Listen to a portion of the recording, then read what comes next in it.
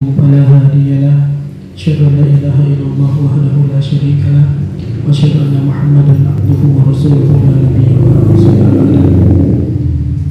الله تعالى في القرآن الكريم يا أيها الذين آمنوا اتقوا الله حق تقاته ولا تموتن إلا وأنتم مسلمون. يا أيها الناس اتقوا ربكم الذي خلقكم من نفس واحدة وخلق منها زوجها وبث منهما رجالا كثيرا ونساء واتقوا الله الذي تساءلون به والأرحام إن الله كان عليكم رقيبا. فإن أصدق الحديث كتاب الله وخير الهدي هدي محمد صلى الله عليه وسلم وشر الأمور محدثاتها وكل محدثة بدعة وكل بدعة ضلالة وكل ضلالة في النار. Jamaah rahimani wa rahimakumullah. Jamaah musalla raya yang dirahmati Allah Subhanahu wa taala. Puji syukur kepada Allah di hari yang diberkahi Allah karena turunnya hujan di malam ini. Mudah-mudahan Allah Subhanahu wa taala tidak mengurangi rasa syukur kita kepada Allah Subhanahu wa taala karena hujan intinya diturunkan Allah sebagai berkat dan rahmatnya bagi bentuk kasih sayang Allah kepada makhluknya, maka Allah turunkan hujan. Dan dengan hujan itu Allah Subhanahu wa taala jadikan tumbuh-tumbuhan, yang dari tumbuhan itulah kita mendapatkan rezeki Allah Subhanahu wa taala berupa buah-buahan sayur dan lainnya. Itulah nikmat dari Allah Subhanahu wa taala. Maka ketika seorang hamba melihat nikmat Allah Subhanahu wa taala berupa hujan, tidak layak baginya untuk mengeluh. Melainkan ketika hujan, Rasulullah SAW mensyariatkan sebuah doa, yaitu lupa doanya. Allahumma shayyiban nafi'an. Ya Allah, jadikanlah hujan ini bermanfaat. Jamaah yang dirahmati Allah Subhanahu wa taala, di awal pertemuan ini mungkin hanya sedikit saja perkenalan dari kami. Tadi sudah dikenalkan nama saya Andi dan kami berasal dari Ciapus, Morondua, tepatnya di rumah Tahfiz Darul Aman. Dan kebetulan juga ini guru kami di rumah Tahfiz Darul Aman bagian komputer. Dan kami tertib sama Pak Joko dalam mendidik anak-anak generasi Muslim yang insya Allah akan menjadi kita didik untuk generasi Robani yang intelek, Robani dan mandiri, gitu ya. Di rumah Tahfiz Darul Aman. Harapan yang ingin saya sampaikan pada hari ini adalah tentang mensyukuri nikmat Islam yang telah Allah Subhanahu wa taala karuniakan kepada kita. Allah Subhanahu wa taala berfirman, "Wa man yuridullahu an yahdiyah yashruhu sadruhu lil Islam, wa man yurid an yudillah yaj'al sadruhu da'iqa haraja ka'annama yusaddahu fis sama'. Kadzalika yaj'alullahu rijsan 'alal ladzina la yu'minun." Allah Subhanahu wa taala berfirman dalam Quran surah Al-An'am ayat 125 yang artinya, barang siapa dikehendaki Allah akan mendapatkan hidayah petunjuk, dia akan membukakan dadanya untuk menerima Islam, dan barang siapa dikehendakinya menjadi sesat, dia jadikan dadanya sempit dan sesat seakan-akan dia sedang mendaki ke langit. Demikianlah Allah menimpakan siksa kepada orang-orang yang tidak beriman kepada Allah Subhanahu wa taala. Ayat ini menunjukkan kepada kita bahwa nikmat yang saat ini kita rasakan itu sebagai seorang muslim begitu besar yang Allah Subhanahu wa taala berikan. Karena Allah tunjukkan, berikan petunjuk kepada kita, membuka dada kita untuk menerima Islam. Ini adalah nikmat yang paling luar biasa. Kita Allah jadikan seorang muslim yang harus kita syukuri setiap saat. Dan sebagai seorang muslim layaknya ketika mensyukuri nikmat, maka Allah Subhanahu wa taala telah memberikan kepada kita kewajiban atas karunia yang kita terima tersebut. Karena kenikmatan sebagai seorang muslim adalah kenikmatan yang tidak bisa diukur dengan harta dunia apapun. Bahkan para sahabat radhiyallahu anhu yang seharusnya mereka kita teladani dan kita jadikan rujukan dalam kehidupan dunia dan akhirat, mereka begitu berbahagia ketika mereka Allah selamatkan dari kehancuran dari kebodohan. Bayangkan Pak, Rasulullah SAW diturunkan kepada masyarakat Arab yang jahiliyah, bodoh. Saking bodohnya mereka mengubur anak perempuan mereka sendiri. Saking bodohnya mereka menyembah Tuhan, yang setelah mereka menyembah Tuhan tersebut, mereka makan Tuhan tersebut. Saking bodohnya. Setiap hari tidak ada kelakuan mereka kecuali berzina, berbuat riba, kemudian menyiksa orang yang lebih lemah. Maka diturunkanlah Islam oleh Allah Subhanahu wa Ta'ala sebagai nikmat yang sempurna Allah turunkan kepada seluruh manusia, sebagai rahmat bagi seluruh alam. Dikarenakan seorang Rasul yang mulia, yang diberikan agama yang menyempurnakan nikmat. Allah Subhanahu wa Ta'ala berfirman, "Al-yawma akmaltu lakum dinakum wa atmamtu 'alaikum ni'mati wa raditu lakumul Islam dinan." Pada hari ini kami telah sempurnakan agama untukmu, dan telah aku cukupkan nikmatku bagimu, dan telah aku hidupi Islam sebagai agamamu. Ini adalah nikmat yang paling besar, yaitu diturunkannya Islam melalui manusia yang paling mulia, yaitu Rasulullah Sallallahu Alaihi Wasallam. Bahkan dengan kita memahami Islam ini, maka kita akan merasa kehidupan kita bahagia di dunia maupun di akhirat. Maka dengan Islam yang kita terima ini ada beberapa kewajiban yang atas karunia yang Allah kita terima. Semua wajib bagi kita bersyukur kepada Allah dengan cara melaksanakan kewajiban terhadapnya.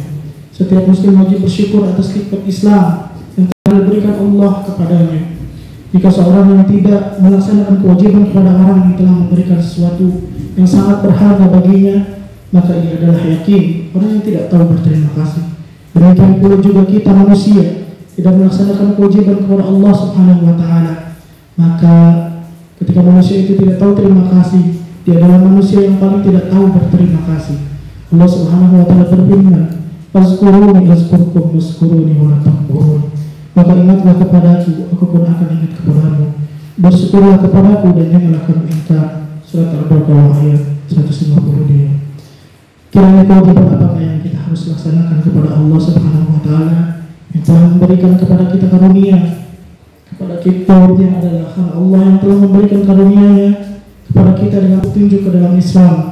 Maka bukti terima kasih kita yang paling baik adalah dengan beribadah kepada Allah Subhanahu wa Ta'ala dengan secara ikhlas, mentauhidkan Allah Subhanahu wa Ta'ala, menjauhkan segala bentuk kesyirikan, kemudian ittiba kepada Nabi Muhammad SAW, serta kepada Allah dan Rasulnya. Dengan hal itu kita akan menjadi muslim yang benar. Oleh karena itu, agar menjadi seorang muslim yang benar, kita harus menuntut ilmu syar'i.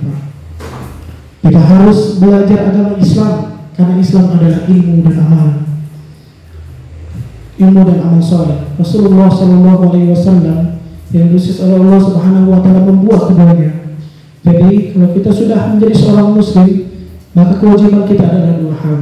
Allah Subhanahu wa Ta'ala berfirman dalam Quran surat At-Taubah ayat 33, "Walladzi arsala rasulahu bil huda wa dinil haqq liyudhhirahu 'ala dini kulli walau karihal muslimin." Menurut para ulama dalam tafsir surat ini, di dalam ayat Al-Huda yang dimaksud Al-Huda adalah ilmu yang bermanfaat. Kemudian Al-Haq itu adalah amal yang saleh. Maka sebagai seorang muslim, bentuk rasa syukur kita kepada Allah Subhanahu wa Ta'ala agar kita menuntut ilmu syar'i. Apa ilmu syar'i? Ilmu yang bermanfaat itu adalah ilmu yang paling utama adalah tentang mengenal Allah Subhanahu wa Ta'ala. Kita harus kenal dengan Rabb kita sebagaimana para sahabat. Ketika mereka kenal kepada Rabbnya, mereka tidak pernah merasa saling menyalahkan, tidak pernah merasa hidupnya tidak bahagia. Hatta yang miskin, yang kaya, mereka semua merasa sama, saling tolong menolong. Mereka tahu bahwa kemiskinan yang Allah Subhanahu wa Ta'ala takdirkan kepada mereka bukan sebuah kehinaan. Bahkan para sahabat pun, bisa para sahabat ada yang kaya, mereka pun meyakini kekayaan yang diberikan kepada mereka bukan bentuk kemuliaan dari Allah Subhanahu wa Ta'ala, karena Allah tidak pernah melihat itu.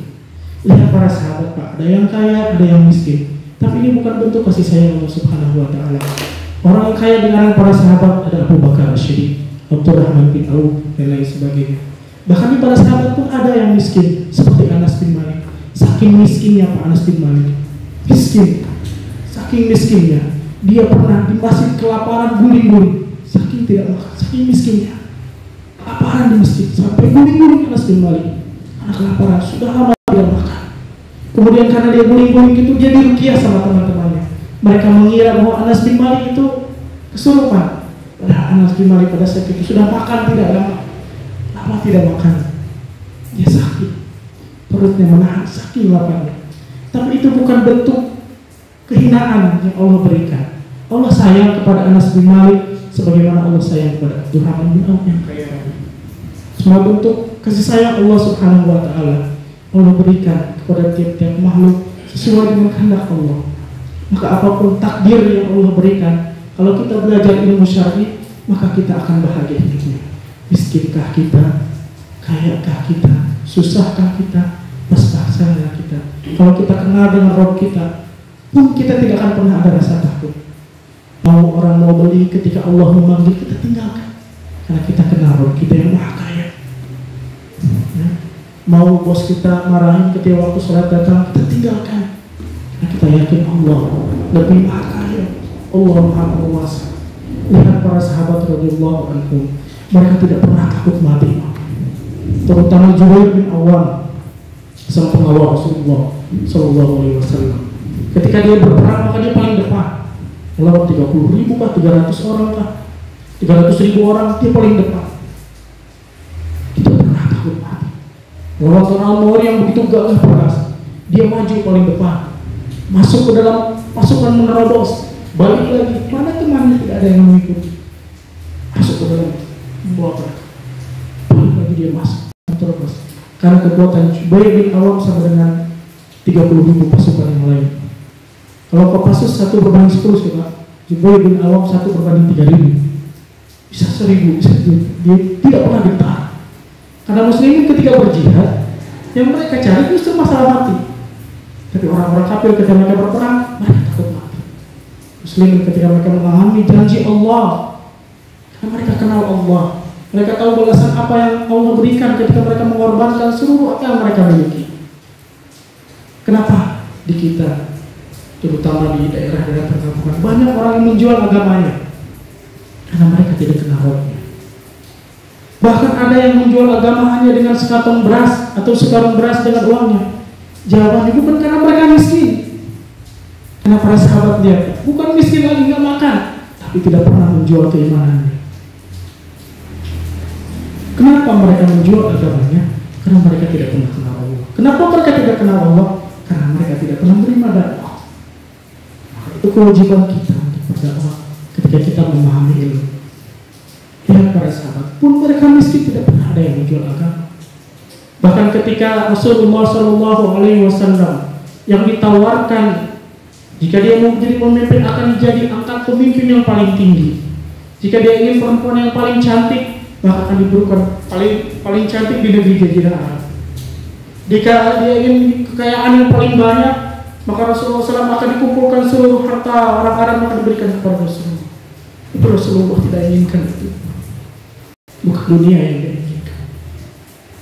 Hari ini kita lihat orang berlomba-lomba mencari dunia karena mereka tidak mengenal. Maka ilmu yang paling penting yang kita harus pahami adalah mengenal Allah Subhanahu wa Ta'ala. Maka kedepannya nanti saya akan berikan tausiah secara singkat tentang mengenal Allah Subhanahu wa Ta'ala melalui buku karangan Syekh Abdul Rojak bin Abdul Musin Al-Abad Al-Badar, ada namanya Fikih Asmaul Husna. Nah, itu nanti akan kita bahas. Pun itu saya akan konsultasi dulu kepada Ustaz Arani. Kalau misalnya apapun saya juga harus mempelajari itu lagi ketika saya sudah menyampaikan di sini. Kalau sebelum menyampaikan ke sini saya akan pelajari. Sebelumnya juga saya sudah pelajari itu di Masjid As-Solihin bersama Ustaz Umar Muji sama beliau itu. Cuman nanti beberapa bulan ini akan ada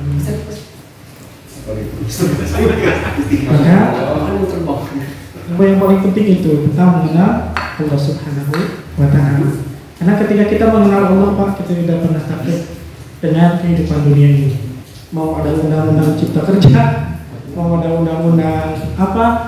Karena kalau Allah Subhanahu wa Ta'ala Makanya untuk merubah suatu keadaan masyarakat bukan langsung merubah pemimpinnya, bukan, tapi kita membentuk generasi. Bukan kita menyalahkan dari atas, karena pemimpin itu cerminan dari masyarakatnya. Ya. Waktu itu ketika Ali radhiyallahu anhu ditegur oleh seseorang, kenapa waktu Abu Bakar As-Siddiq tidak ada seperti ini? Kata Ali berkata, ketika Abu Bakar yang menjadi pemimpin, masyarakatnya seperti aku, kata Ali. Tapi ketika aku yang memimpin, masyarakatnya seperti kalian. Jadi pemimpin itu gambaran dari masyarakat. Jadi jangan salahkan pemimpin, Pak. Tapi kita bentuk generasi rohani.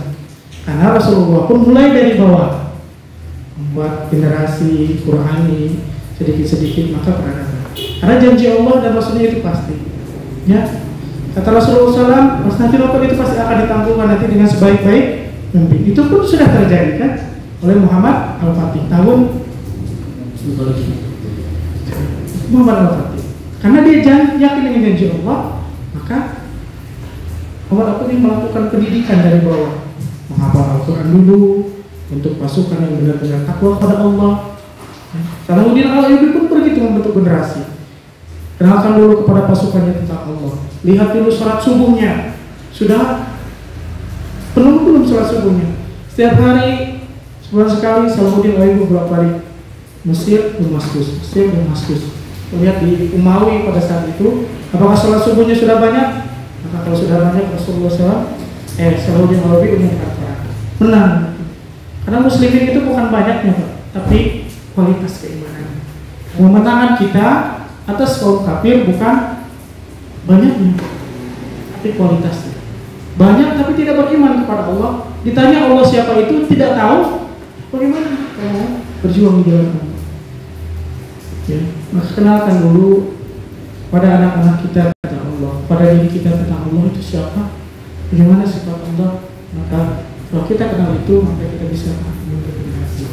Saya kira itu yang bisa saya sampaikan sebagai pembuka.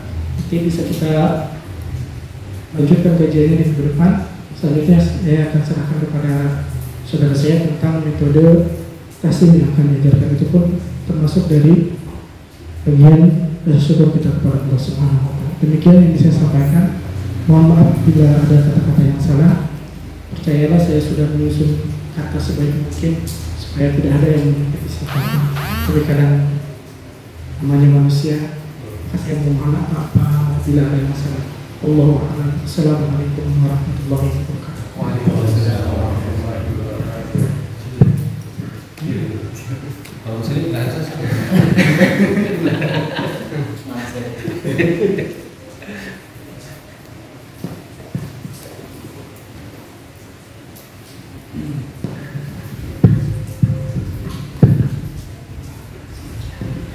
Assalamualaikum warahmatullahi wabarakatuh. Waalaikumsalam warahmatullahi wabarakatuh. Alhamdulillah, wassalatu wassalamu ala asrafil anbiya'i wal mursalin wa ala alihi wa ashabihi wa man tabi'ahum bi ihsan ila yaumil qiyamah. Jemaah sekalian dirahmati Allah Subhanahu wa taala. Mungkin pertemuan pertama ini kita belum masuk materi ya. Itu insyaallah akan pembahasan muqarrar dulu, kurikulum dulu. Dan sepertinya harus ada evaluasi berkaitan dengan waktu ya.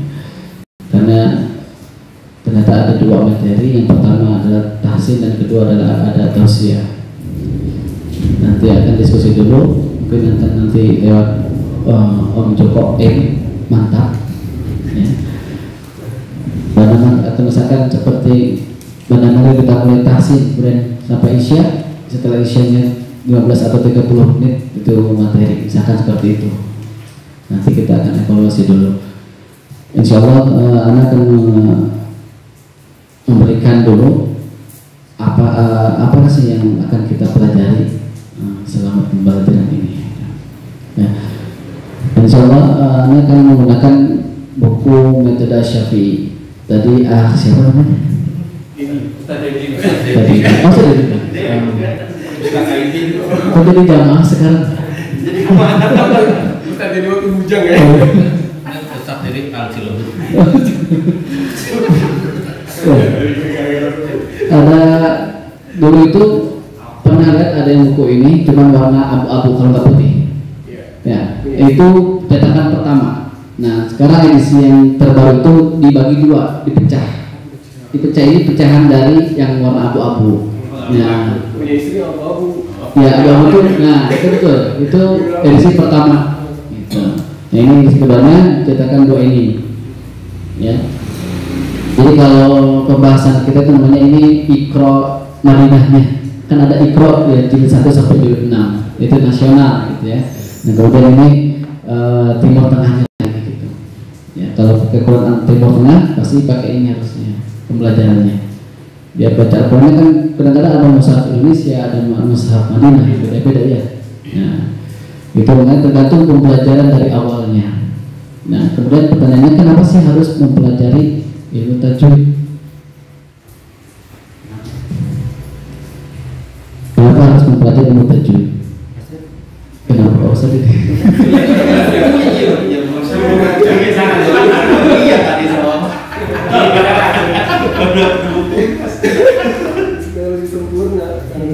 Segala sempurna dalam bacaannya. Ya, sempurna dalam pembacaannya.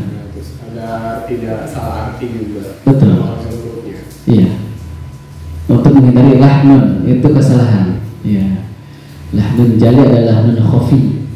Ada kesalahan yang nampak yang sampai merubah makna, itu yang paling bahaya. Ada sampai tidak merubah makna namun tetap itu kesalahan. Nah, itu tujuan pertamanya kita mempelajari ilmu tajwid. Dan Allah SWT telah berfirman surah Al-Muzammil ayat ke-4, warattilil Qur'an tartila. Dan baca Al-Quran itu dengan tartil. Tapi itu maksudnya apa? Sesuai dengan ilmu tajwid. Setuju? Setuju.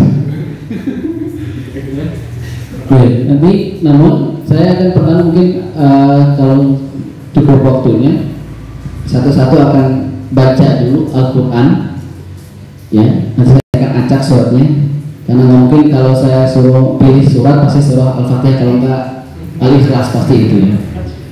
Jadi kita nanti akan pilih satu surat, baca satu halaman, nggak satu kebanyakan ya, 3 baris ya.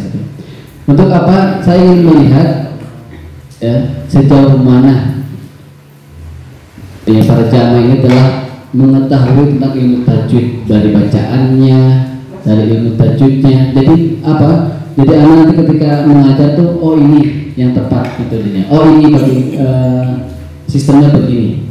Insya Allah nanti setelah itu minggu depan sebelum hari Sabtu, anak sudah umumkan ke Om Joko M, mantap. Ya, betul. Biar apa? Biar pas gitu ngajarnya. Jadi nggak kemana-mana, lari kemana-mana gitu ya. Karena itu di sini juga variasi ya. Ada yang sudah bisa. Itu udah main. Apa udah main semua? M mantap itu pasti. Oh, udah mantap. Saya masih terbata-bata. Dua pahalanya. Dua pahala. Iya, pahala membaca dan pahala belajar. Ya, gitu. Ya karena tajwid itu artinya apa? Untuk membaguskan gitu kan, ikhraju kulli harfin min makhrajihi ma'i'ta'ihi haqqahu mustahaqqah. Apa? Mengeluarkan setiap huruf. Nah, setiap huruf hijaiyah itu harus dikeluarkan sesuai dengan haknya. Dan mustaq apa? Ada gunnah, ada ikhfa, ada iqlab itu. Nah, maka tadi itu mengeluarkan setiap huruf sesuai dengan hak dan mustahaknya. Ya, nggak bisa kita misalkan ain baca a saja. A'udzu billah, nggak salah itu. A'udzu billah juga salah. Ada zat di situ. A'udzu billah. Kenapa? Ingat, surah Al-Fatihah ini rawan, Pak. Kenapa? Karena dia masuk rukun ke dalam sholat. Salah satu rukun yang tidak dijalankan, maka sholat tersebut tidak sah. Nah, khawatir gitu, khawatir. Sedangkan kita melaksanakan sholat 5 waktu sampai sekarang. kita khawatir kita baca surah Al-Fatihah masih belum betul, belum benar, itu khawatir. Ya, makanya yang menjadi imam adalah bacaan yang paling bagus. Ya, namun terkadang tradisi di kita yang menjadi imam adalah yang paling tua, paling paham.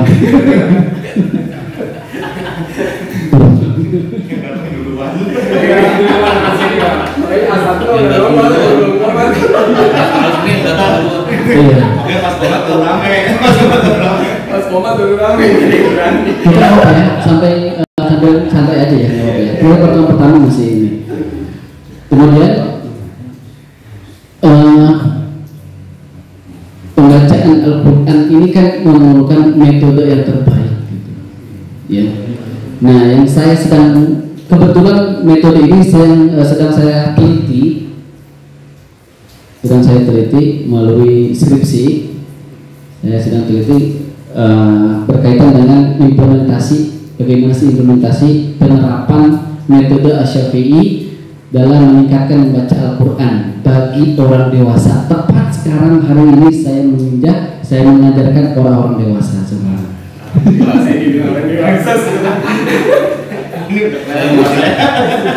Saya udah bocah. Ya, betul. Nah, saya yang sedang meneliti di tempat Ustadz Dedi mengajar, yaitu di Ummahat. Pas ini lawannya bapak-bapak. Ya, ini pun saya sedang udah bab 4, bab itu tentang pembahasan masalah.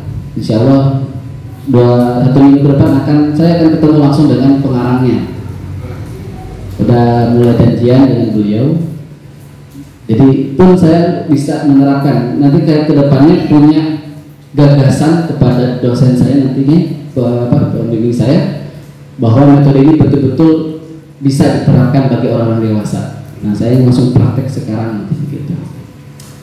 Ya enak menjadi. Dan nanti yang udah punya semua belum ini? Oh, itu punya itu. Oh, iya.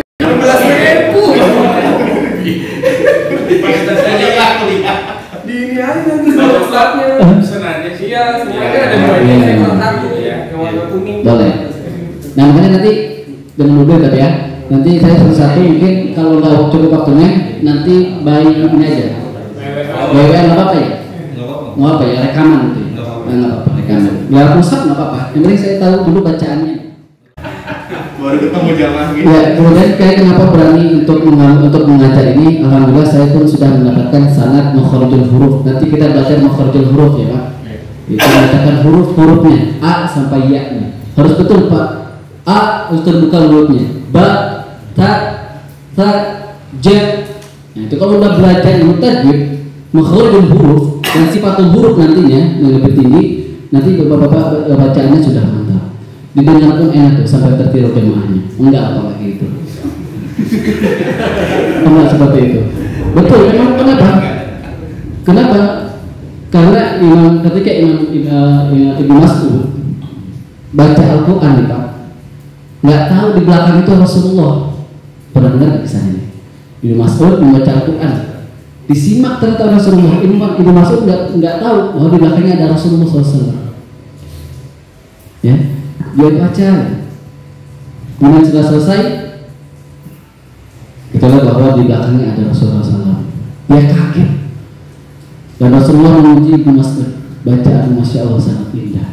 Kata Ibnu Mas'ud, seandainya aku melihat engkau, aku akan lebih lagi memperbagus bacaanku. Segitu aja udah bilang bagus. Kalau kita baca dinilai sama orang lain, gimana tuh? Ya. Nah, maka dalam hal ini membaguskan bacaan ini kita membaguskan bacaan ilmu tajwid yang utama, bukan langgam.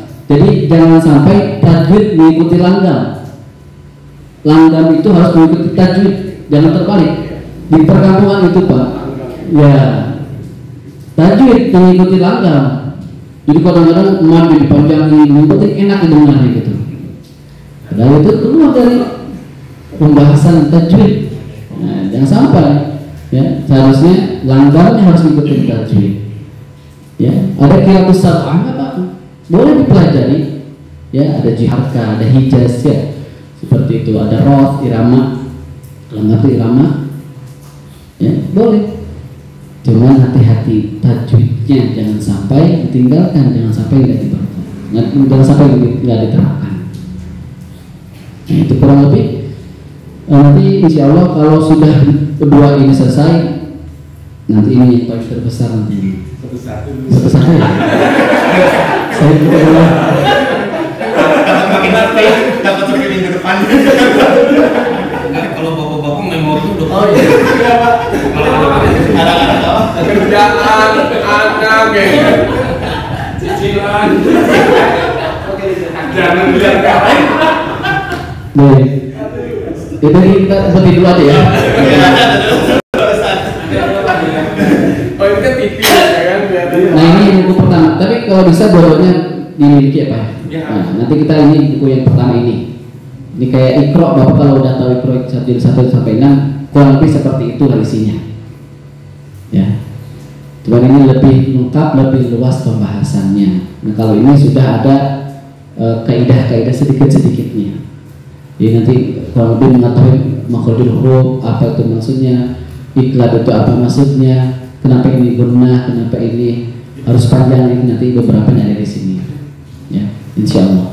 Nah makanya nanti jangan lupa mulai besok kapan Pak Joko direkam itu. Oh, besok juga bisa. Besok bisa ya. Ya secepatnya. Agar satu pekan itu saya bisa menetapkan gitu. Jadi sebelum hari Sabtunya saya sudah yang ini hadir sekarang aja. Oh bisa. Oh boleh. Bapak yang lain via WhatsApp misalnya yang gitu. Mulai sudah mulai. Boleh siap. Saya siap aja sih, asal bapak-bapaknya nggak ngantuk sih. Ya. Baik, ya. Pokoknya pertemuan pertama adalah penetapan, ya. Tesnya penetapan, bukan tes diterima enggaknya, bukan ya. Bukan itu. Iya gitu ya. Baik. Baik, saya tutup dulu ini ya. Tutup dulu. Baik, semoga bermanfaat. Assalamualaikum warahmatullahi wabarakatuh.